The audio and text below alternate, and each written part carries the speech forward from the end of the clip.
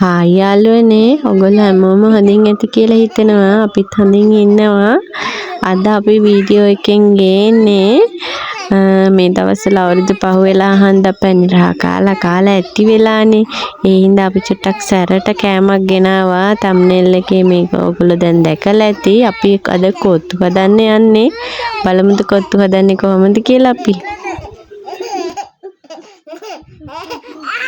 හරි යාළුවනේ ඔන්න දැන් ඉතින් අපි කොත්තු එක හදන්න අවශ්‍ය චිකන් එක තමයි මේ හදාගන්න හදන්නේ මම ඔන්න චිකන් එක සීසන් කරගන්න හදන්නේ බලන්නකෝ මම මේකට මස් කරි 3-5 කුඩු ටිකක් දාගන්නවා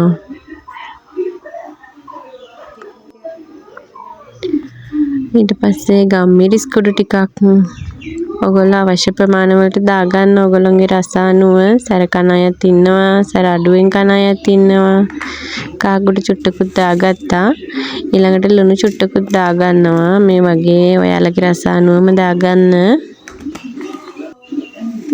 හරි ඊට පස්සේ අපි මේ ටික හොඳට කවලම් කරගමු කවලම් කරලා මේක ටිකක් වෙලා සීසන් වෙන්න තියෙනවා නම් හොඳයි හැබැයි ඉතින් වෙලාවක් නැහැ මම ඊට පස්සේ ඉතුරු ටික ලෑස්ති කරගන්න හදන්නේ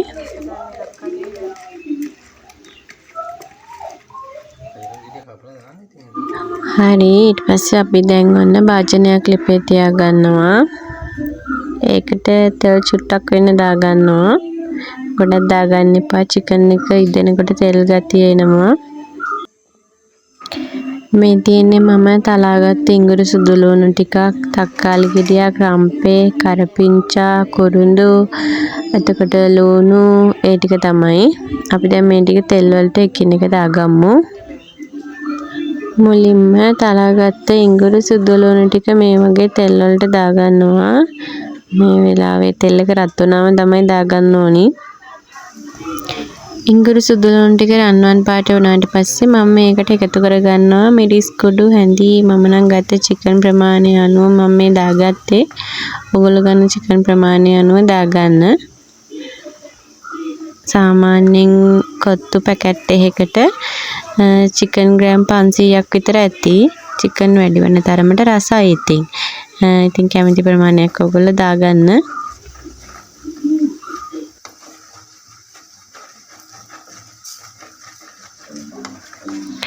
හරි ඉතින් ඔන්න මේ මම දාගත්ත මිරිස් ටික ඒ වගේ රන්වන් පාට වෙනකම් බැදගත්තා ඊට පස්සේ ඒකට දාගන්නවා අර කපාගත්ත තක්කාලි ලුණු ටික කරපිංචා රම්පේ ටික පස්සේ ටික පොඩ්ඩක් තැම්බෙන්න අරලා මම මේකට එකතු කරගන්නවා චිකන් ටික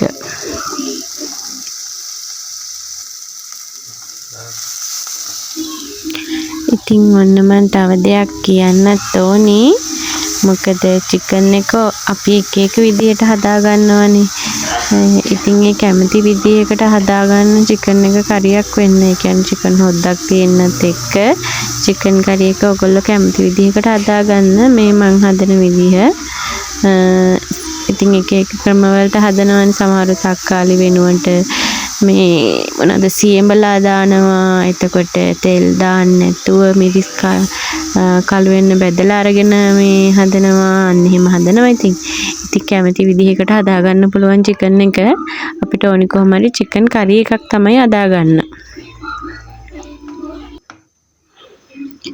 හරි දැන් ඔන්න අපි මේ චිකන් කරි එක වහලා තියාගන්නවා අපි තැම්බෙන්න වතුර අවශ්‍ය පදමට දාගන්න ඕනි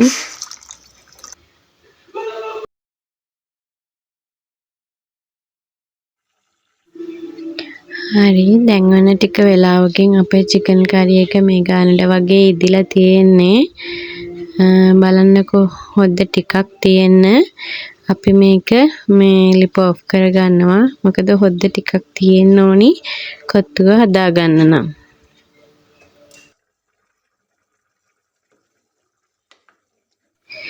දැන් ඔන්න අපි කොත්තුව හදාගන්න යන්නේ මම මේ කොත්තුව හදන්න ගන්නේ මෙන්න මේ වගේ පැකට් එකක් බලන්න පොඩ්ඩක් ඉස්සෙල්ලා පැකට් එක මේක MDK වල කොත්තු පැකට් එක. මේක ඕනම සුපර් මාකට් එකකින් ගන්න පුළුවන්. මම MDK තමයි ගත්තේ. මම හිතන්නේ වෙන මේ බ්‍රෑන්ඩ් වලිනුත් තියෙනවා. මම හිතන්නේ මේක තමයි හොඳම එක. ඔයගොල්ලෝ බලන්නකෝ අරගෙන.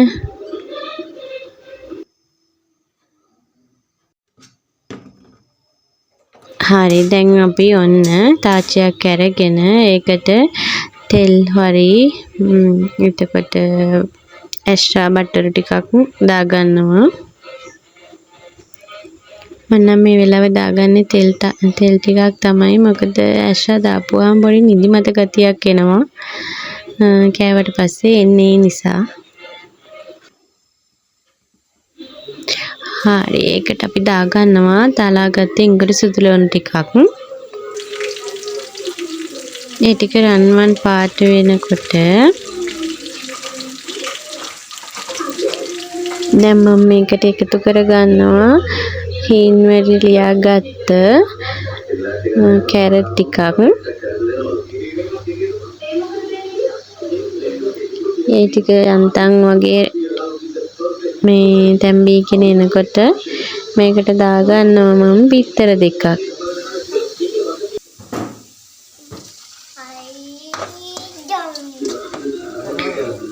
ඒ ටික හොඳට කවලම් කරගෙන මම මේකට එකතු කරගන්නවා ලුණු ටිකක් දැන්.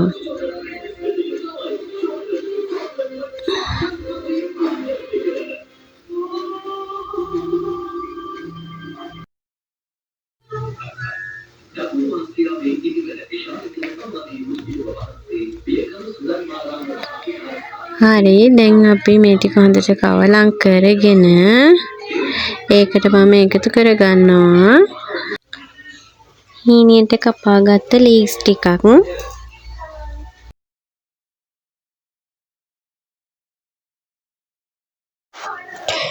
මේ ටික හොඳට දැන් කවලම් කරගෙන මම මේකට දාගන්නවා අර මං ගත්ත MDK පැකට් එකේ කොත්තු රොටි ටික.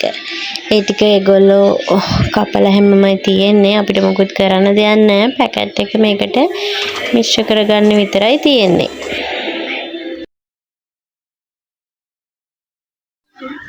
බලන්නකො ඉතින් දැන් ඔන්න අපි අර ගත්ත තාච්චිය මේ ටික කෑලි ටිකත් ඒකට එක් කරගන්න පුළුවන් විදිහ ලොකු තාච්චියක් වෙන්නත් ඕනි. මොකද නැත්තම් ඉඩ මදි වෙනවනේ. කියන්නේ මේක ගහ ගන්න ඕනේ අපි කොත්තුව දැන් ඒ හින්දා ටිකක් ලොකු තාච්චියක් තියෙන එක තමයි වඩා හොඳ.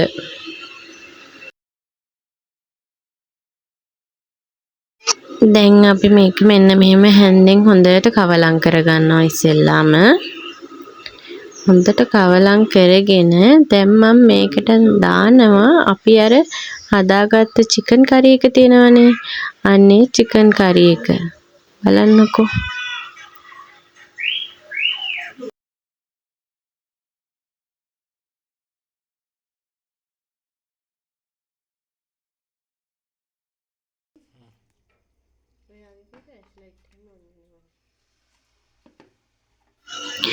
ඒකේ චිකන් කෑලි ටිකයි හොදි ටිකකුයි ඔක්කොම දාගන්න ඕනේ. ඊට පස්සේ හොඳට කවලම් කරගන්න ඕනේ මේක දැන් හැන්දෙන්ම. බලන්නකෝ කොත්තුව ගහගන්නේ කොහොමද කියලා. මේක හොඳටම මිශ්‍ර වෙන්න ඕනි. අපිට දැන් ඉතින් මේ කොත්තු ගහන්න අර හෝටල් වල වගේ ටකට කියලා ගහන ඒවා නෑනේ. ඒ හින්දා තමයි අපි දැන් මේ හැන්දෙන් හොඳට මිශ්‍ර කරගන්නේ. මේ වෙලාවේ ගෑස් එකේ අපි ගින්දර මද පවන, ඒ කියන්නේ මේ අඩුවෙම තමයි තියාගන්නේ. ගොඩක් වැඩි කරන්න එපා. එතකොට අඩි අල්ලනවා. බලන්නකෝ. දැන් හොඳට කවලම් කරගෙන ඉවරයි.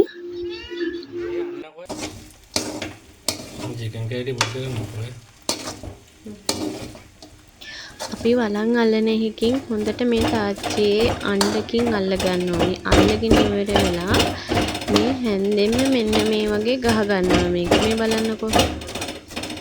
අර මේකේ චිකන් කෑලි හොඳට පොඩි වෙලා යන්න හැන්දෙන්න මෙන්න මේ වගේ ගහ ගන්නවා. එතකොට අර මේ රොටි කෑලිත් කැඩෙනවා. එතකොට චිකන් කෑලිත් කැඩෙනවා. එහෙම කැඩිලා අර කඩේ කොත්තුවේ රසටම මේක ගන්න පුළුවන්. හදලා බලන්නකෝ ඔයගොල්ලෝ කොහමද එන්නේ රස කියලා. කඩේ කොත්තු කෑවහම අපිට එක එක ලෙඩ හැදෙනවනේ. දන්නවනේ ඉතින්. ඒ ලෙඩ මොකුත් නැතුව ගෙදරදීම ඔයගොල්ලන්ට මේ වගේ කොත්තුවක් හදාගන්න පුළුවන්. බලන්නකෝ. ඔයගොල්ලෝ මේක අනිවාර්යයෙන්ම හදලම බලන්න ඕනි. බැලුවොත් තේරෙයි. ආයෙනම් කවදාවත් කඩෙන් කොත්තු කියන එකක් නැහැ.